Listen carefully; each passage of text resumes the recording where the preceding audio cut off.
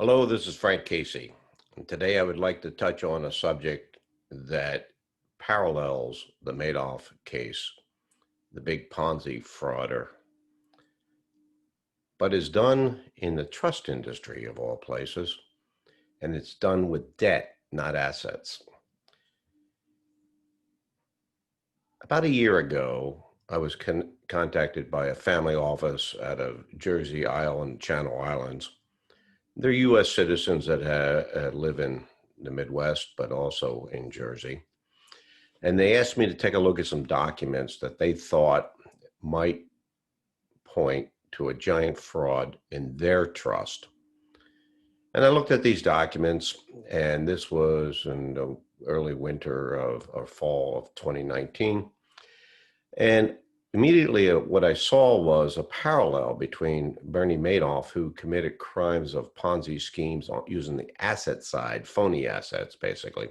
You invest with him. He said he was running the money, but he wasn't. He was really using the money that he received from you to pay off Paul. So it's the old rob Peter, pay Paul scheme. And he had grown that fraud to about $50 billion, and that's documented in Chasing Madoff, and no one would listen. Our lead on that was Harry Markopoulos, and I was his partner in that fraud hunting for 8+ years. So because of that background, they connected with me, the family office, and asked me to take a look at these documents. And I immediately, as I said, saw a parallel there. And the parallel is that this time, what was happening is phony debt was being executed and put into trust. And these poor trust beneficiaries were paying out of their trust to service this debt called interest payments. And they were basically being robbed. And it looked like it could be substantially larger in aggregate if you look across the whole trust industry. Was this thing as pervasive as Bernie was on the asset side?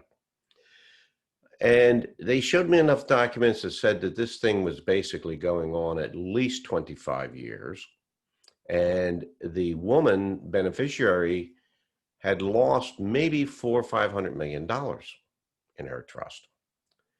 So I wrote that story up and sounded the clarion bell for maybe the need for trust beneficiary advocacy in the Family Office Magazine article, which became their cover story in the winter of 2019, Family Office Magazine.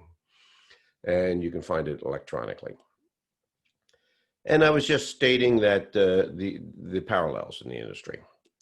Since that time, the International Association of Investigative Journalists basically have been working on all of these documents that family office had come across. Now, what's really funny about this in a way is that this crime is so well documented because in her mansion in Jersey, she found down in the squash courts when she was going to get married that the squash courts were all used to store legal boxes, 320 of them, each one with about 1,000 to 1,500 documents in it. And they went back detailing every transaction in her trust that were fraudulent and other trusts. And so they were wading through all of this, trying to find what was germane to their trust so that they could sue the trust administrators and the trust companies. And they came to realize that the real fraudster behind the whole thing were the owners of the trust, the actual father who granted her the trust. He quietly, through holding companies, owned the trust. The trust officers all worked for him, and he was stealing the money out of the trust. And so why would they do that? Well, I don't know, except that they're executing it. But they were also apparently moving money internationally for maybe money laundering, maybe drug dealers, maybe people evading taxes around the world, and so forth. So there were a lot of documents in here that might be of very big interest to the Department of Justice and the FBI. So what I did was, as a friend of one of the enforcement agencies, called them up and suggested that they have a meeting, and they did so, and for 4 hours or so, and they've been looking into that case ever since. But what's interesting is that the International Association of Investigative Journalists basically began publishing articles on it. And in October of 2020, so far, there have been roughly 21 articles published on different aspects of the fraud. And there are going to be many more coming. Now, the U.S. enforcement is interested, but so are the British enforcement.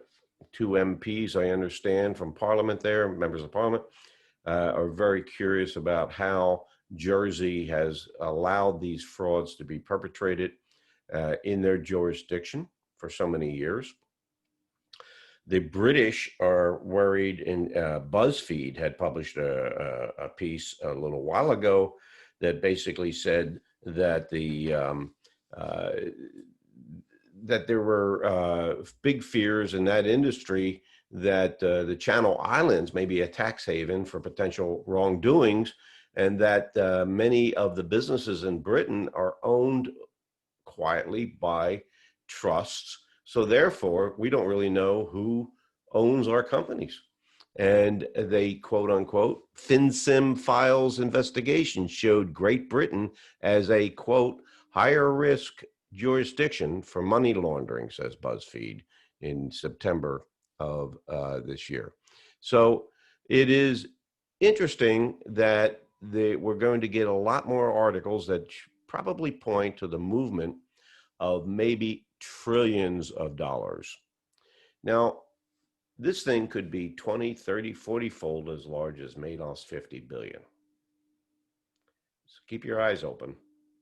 You're going to see a lot of information coming to the fore here as these investigative journalists begin releasing articles detailing the fraud in that one family's case, but alluding to other frauds that have been perpetrated around the world. Maybe to the tune of actually dealing with the crash of the complete savings and loans industry in the United States for the loss of maybe $1 trillion. Thank you. Any questions you can send to frank@caseymoats.com, CASEYMOATS.com, frank@caseymoats. Thank you.